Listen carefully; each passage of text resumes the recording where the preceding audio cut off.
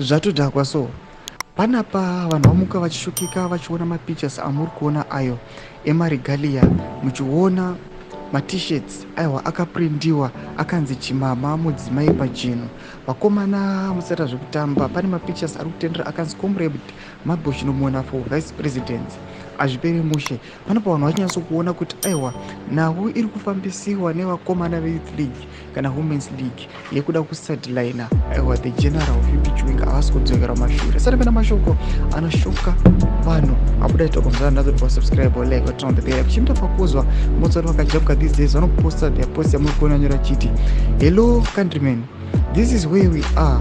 3,000 pieces produced in granite site. The man wants to push out General Chiwenga and bring in his girlfriend and hubby Mama Mabe.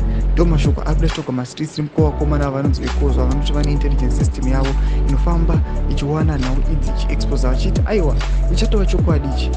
Munoti imimi General Chiwenga varipo izvezvi vachiuya vachiona zvinhu zvakadeso chii chinoitika. Ndopamuona kuti tensions dzinongokonzereswa nevamwe vanhu hadziri unnecessary. Panapa tinozoona kuti chatobaka vati vane erift yatiri kuconference kukuendewa uku kwogona kusatojiwa rinopisa.